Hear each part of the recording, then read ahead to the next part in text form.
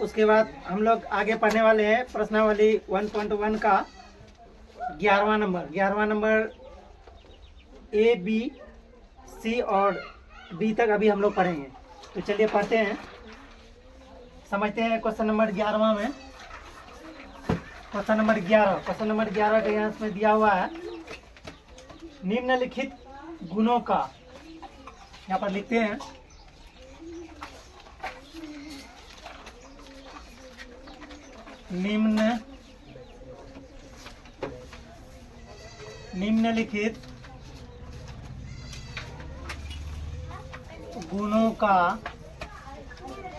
निम्नलिखित गुणों का एक एक उदाहरण दीजिए।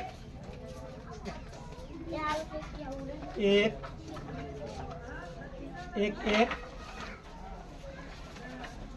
उदाहरण दीजिए।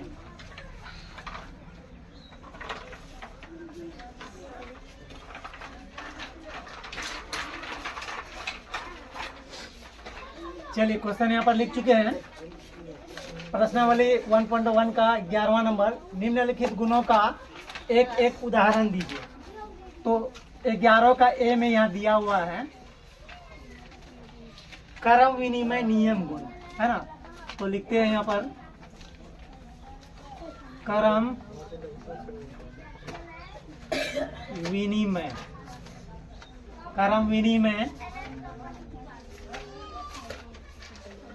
नियम, और ये ब्रैकेट में ये गुण है। इसी का दो नाम है, या तो नियम भी बोल सकते हैं या गुण भी बोल सकते हैं। तो कर्म विनिमय नियम गुण होता है क्या, चलिए समझते हैं। तो ए प्लस बी होता है, अब बराबर में फिर इसका हो जाएगा बी प्लस ए।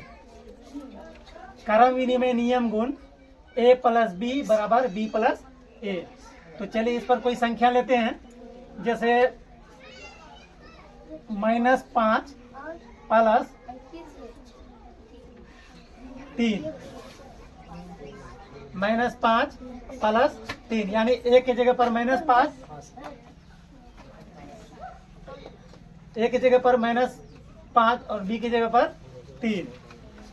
तो यहाँ पर लिखेंगे बी की जगह पर सबसे पहले 3 लिखेंगे प्लस, और ए की जगह पर हो जाएगा -5। तो चलिए इसको हल करते हैं। अगर इन दोनों को हल करेंगे, यानी कर्म विनिमय नियम गुण में होता क्या है कि a प्लस बी बराबर b प्लस ए है। जितना मान इधर निकलेगा उतना मान इधर भी निकलना चाहिए। तो इसको हल करके देखते हैं।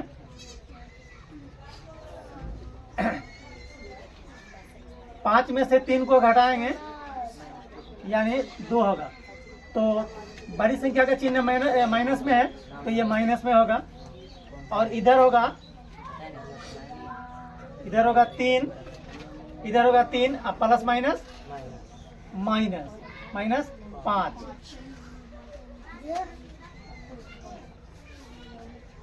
यानी ये 3 है, आप प्लस माइनस का जब गुना करेंगे तो माइनस आएगा। तो क्या करेंगे, बराबर में 5 में से 3 को घटाएंगे, कितना होगा 5 में से 3 को घटाएंगे 2 होगा।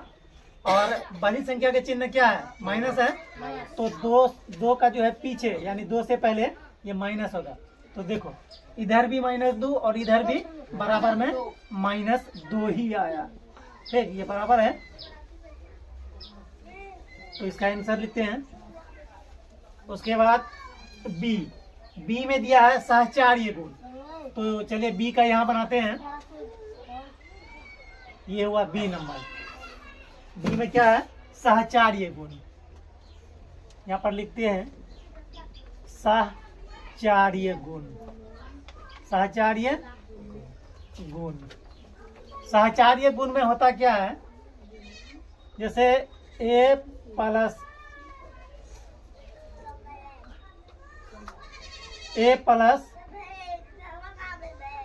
बी प्लस सी, ए प्लस बी प्लस सी। यहाँ बुक में भी दिया हुआ है सहचार्य गुण में, दिखा देते हैं आप लोगों को। जैसे यहाँ पर दिया हुआ है ए प्लस बी प्लस सी बराबर, ठीक।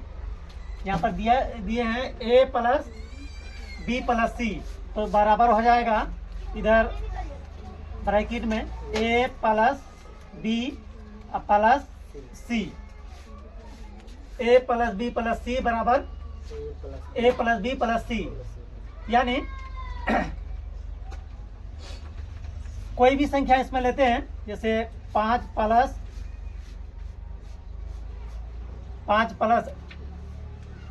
ए की जगह पर 5 रखे और बी की जगह पर 3 रखते हैं और प्लस और सी की जगह पर 2 रखते हैं। तो इसको हल करके देखते हैं, यानी जितना इधर आएगा उतना इधर भी आना चाहिए।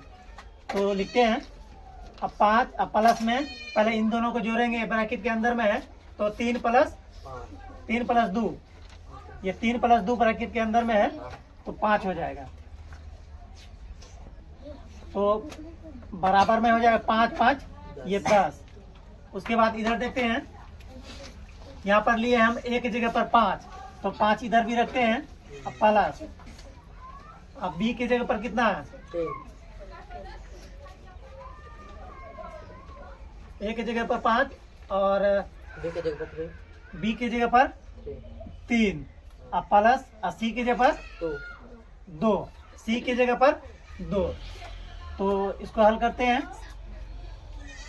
पहले ब्रैकेट के अंदर हल करेंगे 5 प्लस 3, 5 प्लस 3 8, अब प्लस में 2 बराबर 10। तो इसको आंसर लिख देते हैं। उसके बाद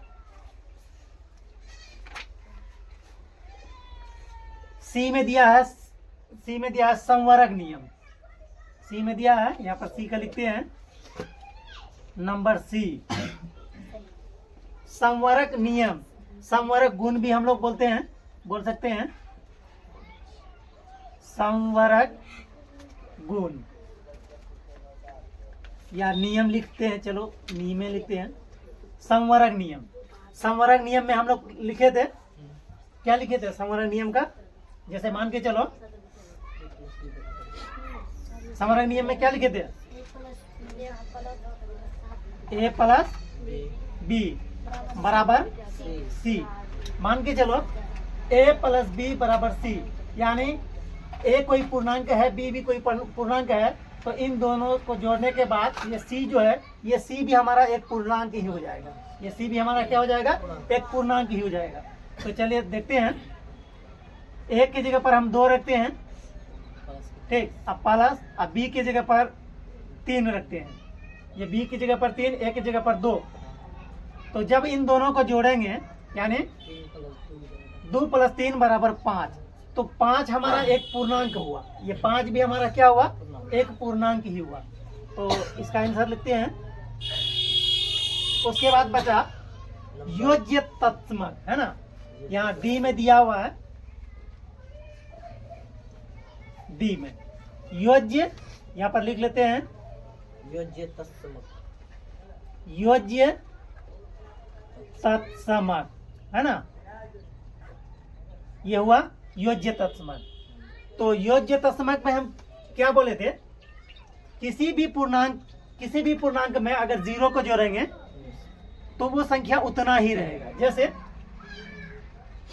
जैसे मान के चलो 5 प्लस 0 तो बराबर 5 ही होगा, या अगर उल्टा करके जोड़ेंगे, ठीक, यहाँ पर लिखते हैं पुनः, ठीक, ये पुनः है, तो पहले 5 था, अब लेते हैं पहले 0 को, तो 0 प्लस में 5 तो बराबर क्या होगा, 5 ही हो जाएगा, ठीक।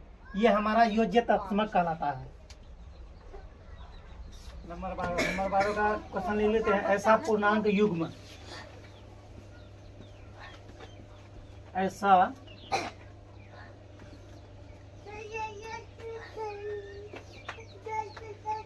पूर्णांक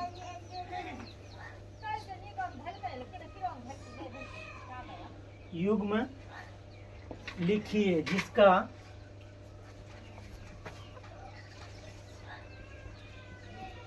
लिखिए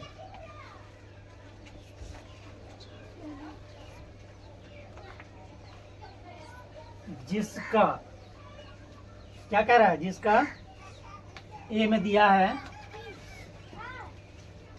योग -8,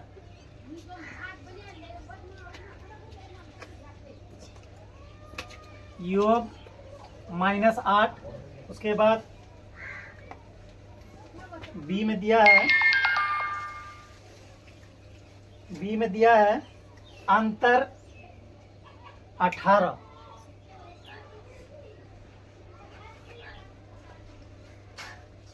अंतर -18 है।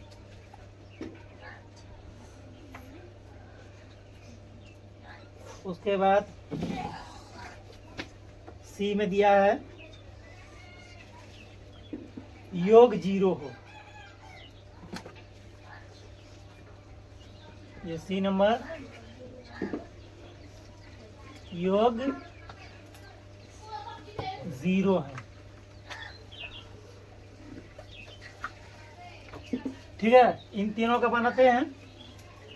ऐसा पूर्णांक युग्म लिखिए जिसका योग -8 हो, बी में अंतर -18 हो और सी में योग 0।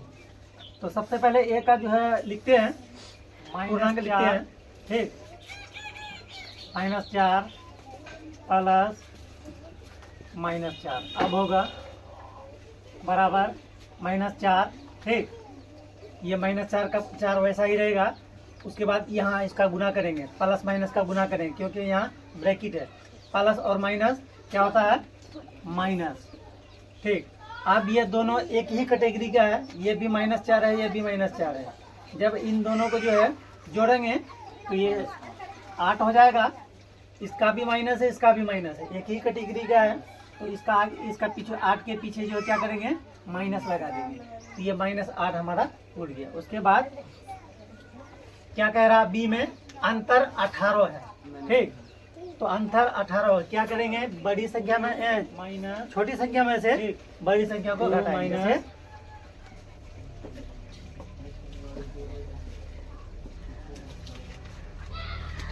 20, तो ठीक -2 20। तो 20 में से, हाँ उस समय भी तो ठीक दिए थे, 20 में से 2 को घटाएंगे, कितना होगा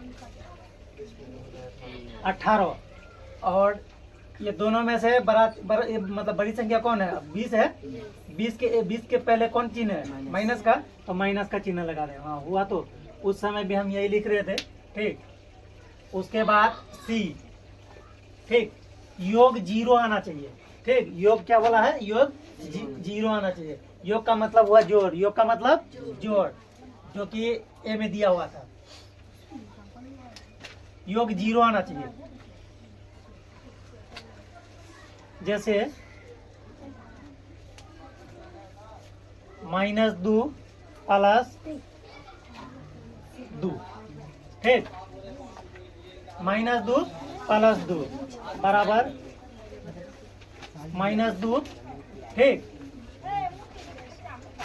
-2 प्लस 2, इधर ध्यान दो, -2 प्लस 2। ठीक, तो -2 का वैसा रह गया। ठीक, प्लस ये +2 आ गया यहाँ, बराबर 2 में से 2 को घटाएंगे, 2 में से 2 को घटाएंगे। ठीक, कितना होगा 0। तो इधर ध्यान दो, 2 में से 2 को घटाएंगे 0। ये वाला 2 में से ये वाला 2 घटाए हैं। ठीक, तो ये वाला 2 किस में, प्लस में है। ठीक, क्योंकि ये बड़ी संख्या हुआ, ये माइनस में है, तो ये छोटी संख्या हुआ। तो बड़ी संख्या के चिन्ह मतलब प्लस में है, तो 0 में जो प्लस नहीं दिया जाता है। ठीक, इसीलिए चलो ये आंसर हुआ।